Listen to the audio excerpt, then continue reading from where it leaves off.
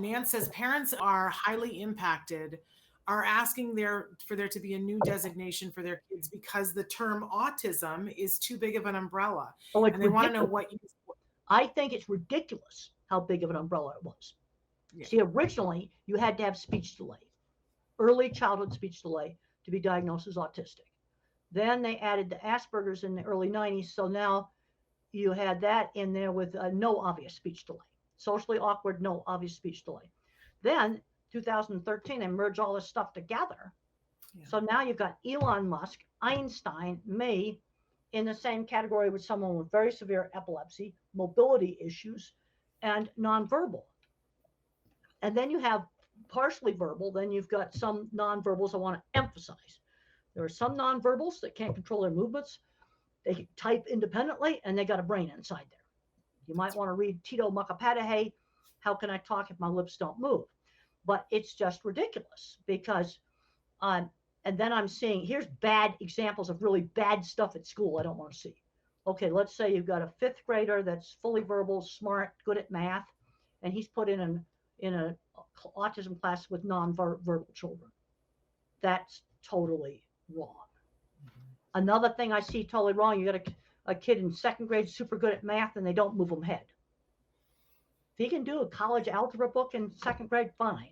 I'm not, and he needs to be doing it. I'm not suggesting putting him in high school.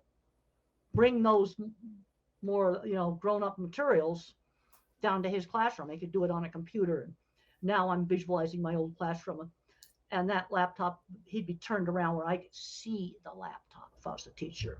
Make sure the math program was up, even if I didn't understand it. And he was going through it. Tumble, we're out of time, but I hate that because it's just so enjoyable to get to spend this time with you. I don't know if you know how much we all respect and admire you, and how much you've helped all of us to be able to see a path, and how much hope you've given all of us, how much clarity you've given all of us. It's just your contribution to our community is so vast. Well, So thank you so much. Thank you very, very much. And can you hold up your new book one more time so we can It's see right the book here, cover? navigating autism. And so everybody needs to get this. You can get this at any major bookseller. You can get, it's available right now. I know somebody wrote in and said they just got the audio version of it that's coming out, I guess, like on Tuesday. A lot of people love audio. I got the royalty check for Thinking in Pictures this year. 1/3 of it was audio. Oh, I love that. I absolutely love that. I was really surprised. And yeah. Really surprised. I'm interested in talking to you more about the this other designation they want to do. What are they proposing to call it? I don't know that they've come up with a term yet, but these parents are saying that it's not serving their kids when it's all lumped together, because I would agree with it. I would totally agree with that. Yeah. Because you see, then I did a parent group on the specific genetic disorder with very severe epilepsy along with autism, and this is very different. Can I tell you what's holding it back though? Is that there's a portion of the community that's so afraid that if you make another designation for more severe and challenges, that it's going to stop allowing for funding for people who are on the Asperger end of things, who have enjoyed getting some good intervention. So that's a valid concern, and this is where I'm learning about verbal thinking. Verbal thinking has they'll talk about inclusiveness, or we'll talk about green energy, big broad concepts. They don't have any idea how to implement it. So that's a valid concern. So maybe that, I'm not going to go out and lobby to change that. I want to talk about how to deal with things individually, like in a school or whatnot. And it was a very big revelation for me when I discovered that some people didn't think in pictures. But it's been a very insightful to me to learn just how much the really verbal, regular person, neurotypical person, overgeneralizes. Yes. Over and over and over again. I don't care if it's autism, dog behavior, or horse behavior. Yes, you're right.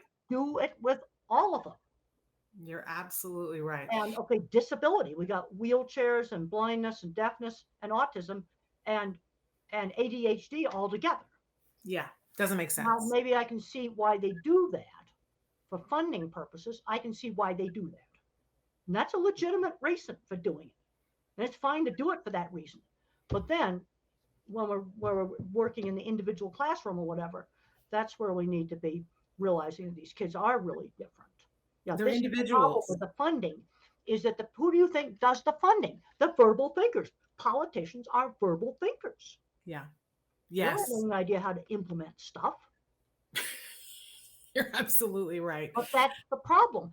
And I'm beginning to realize that we need all the different team. I'm very concerned because of my inability to do math that I'm getting, that my kind of mind is getting screened out of graduating high school.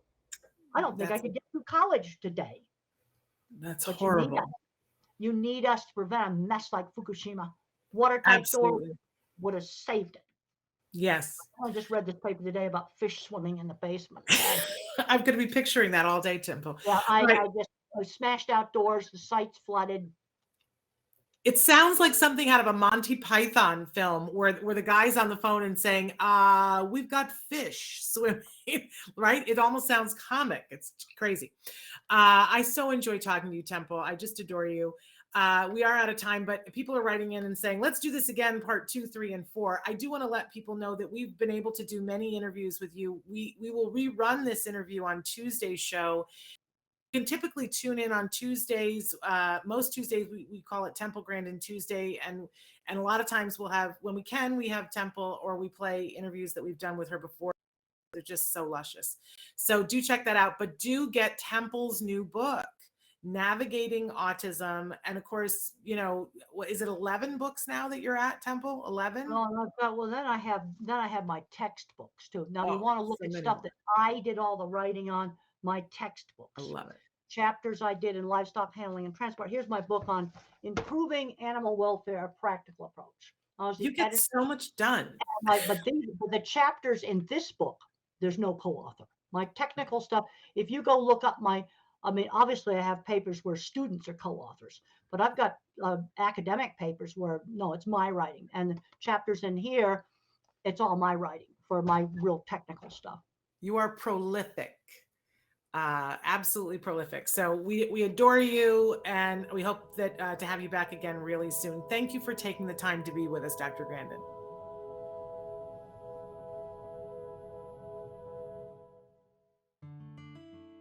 Thanks for watching Autism Live. If you found anything helpful in this video, please give us a like. In fact, make sure that you smash that subscribe button on YouTube and give us a like on Facebook. You can also follow us on Twitter and Instagram for important updates. And please download our free podcast wherever you get your podcasts. See you next time. Until then, give your kiddos a hug from me and one for you too. Bye-bye for now. To subscribe, click here. And if you'd like to check out some more of our videos, click here.